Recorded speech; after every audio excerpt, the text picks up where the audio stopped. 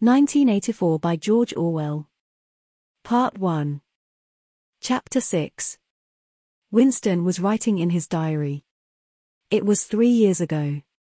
It was on a dark evening, in a narrow side street near one of the big railway stations. She was standing near a doorway in the wall, under a street lamp that hardly gave any light. She had a young face, painted very thick. It was really the paint that appealed to me, the whiteness of it, like a mask, and the bright red lips. Party women never paint their faces. There was nobody else in the street, and no telescreens. She said $2. For the moment it was too difficult to go on. He shut his eyes and pressed his fingers against them, trying to squeeze out the vision that kept recurring. He had an almost overwhelming temptation to shout a string of filthy words at the top of his voice. Or to bang his head against the wall, to kick over the table, and hurl the ink pot through the window, to do any violent or noisy or painful thing that might black out the memory that was tormenting him. Your worst enemy, he reflected, was your own nervous system. At any moment the tension inside you was liable to translate itself into some visible symptom. He thought of a man whom he had passed in the street a few weeks back, a quite ordinary-looking man, a party member, aged 35 to 40, tallish and thin, carrying a briefcase. They were a few meters apart when the left side of the man's face was suddenly contorted by a sort of spasm. It happened again just as they were passing one another. It was only a twitch, a quiver, rapid as the clicking of a camera shutter, but obviously habitual. He remembered thinking at the time, that poor devil is done for. And what was frightening was that the action was quite possibly unconscious. The most deadly danger of all was talking in your sleep. There was no way of guarding against that, so far as he could see. He drew his breath and went on writing.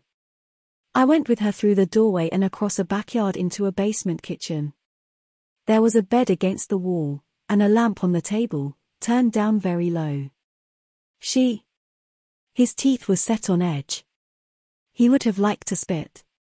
Simultaneously with the woman in the basement kitchen he thought of Catherine, his wife.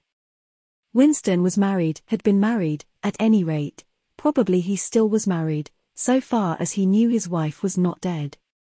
He seemed to breathe again the warm stuffy odor of the basement kitchen, an odor compounded of bugs and dirty clothes and villainous cheap scent, but nevertheless alluring, because no woman of the party ever used scent, or could be imagined as doing so. Only the proles used scent.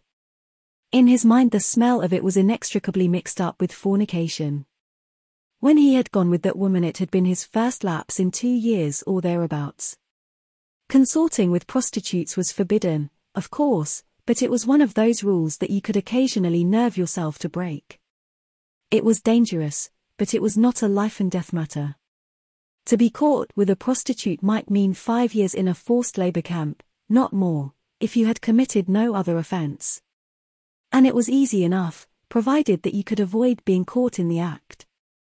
The poorer quarters swarmed with women who were ready to sell themselves. Some could even be purchased for a bottle of gin, which the proles were not supposed to drink. Tacitly the party was even inclined to encourage prostitution, as an outlet for instincts which could not be altogether suppressed.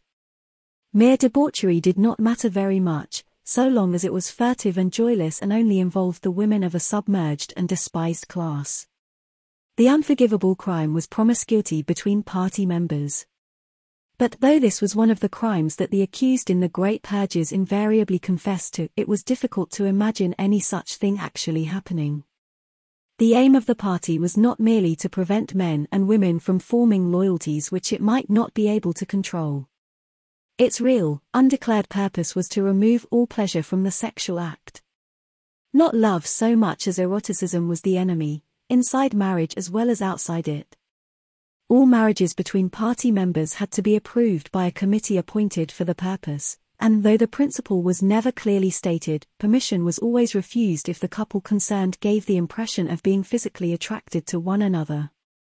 The only recognized purpose of marriage was to beget children for the service of the party.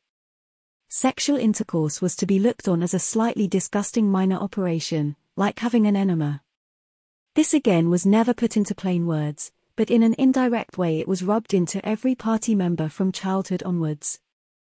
There were even organizations such as the Junior Anti-Sex League, which advocated complete celibacy for both sexes. All children were to be begotten by artificial insemination, ARTSIM, it was called in Newspeak, and brought up in public institutions.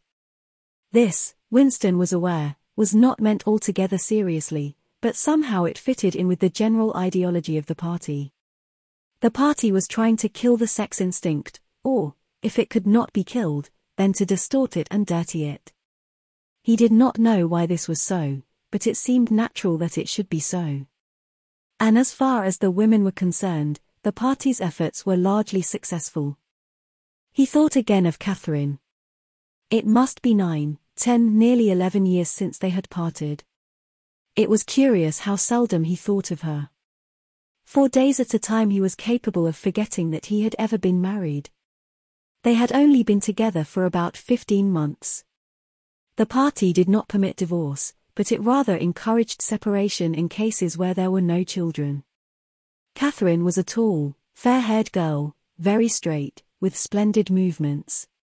She had a bold, aquiline face, a face that one might have called noble until one discovered that there was as nearly as possible nothing behind it. Very early in her married life he had decided, though perhaps it was only that he knew her more intimately than he knew most people, that she had without exception the most stupid, vulgar, empty mind that he had ever encountered. She had not a thought in her head that was not a slogan, and there was no imbecility, absolutely none that she was not capable of swallowing if the party handed it out to her. The human soundtrack he nicknamed her in his own mind. Yet he could have endured living with her if it had not been for just one thing, sex. As soon as he touched her she seemed to wince and stiffen. To embrace her was like embracing a jointed wooden image. And what was strange was that even when she was clasping him against her he had the feeling that she was simultaneously pushing him away with all her strength. The rigidity of her muscles managed to convey that impression. She would lie there with shut eyes, neither resisting nor cooperating but submitting.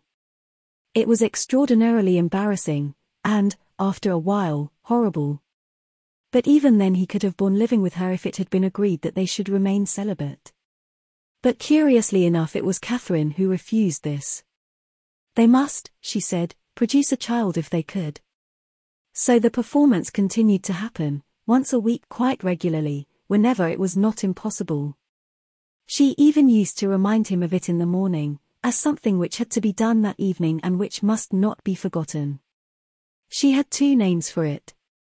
One was making a baby, and the other was our duty to the party. Yes, she had actually used that phrase. Quite soon he grew to have a feeling of positive dread when the appointed day came round. But luckily no child appeared, and in the end she agreed to give up trying, and soon afterwards they parted. Winston sighed inaudibly. He picked up his pen again and wrote. She threw herself down on the bed, and at once, without any kind of preliminary in the most coarse, horrible way you can imagine, pulled up her skirt. He saw himself standing there in the dim lamplight, with the smell of bugs and cheap scent in his nostrils, and in his heart a feeling of defeat and resentment which even at that moment was mixed up with the thought of Catherine's white body, frozen forever by the hypnotic power of the party. Why did it always have to be like this? Why could he not have a woman of his own instead of these filthy scuffles at intervals of years? But a real love affair was an almost unthinkable event. The women of the party were all alike. Chastity was as deep ingrained in them as party loyalty. By careful early conditioning, by games and cold water, by the rubbish that was dinned into them at school and in the spies and the youth league, by lectures, parades, songs, slogans, and martial music, the natural feeling had been driven out of them. His reason told him that there must be exceptions, but his heart did not believe it. They were all impregnable, as the party intended that they should be. And what he wanted, more even than to be loved, was to break down that wall of virtue, even if it were only once in his whole life.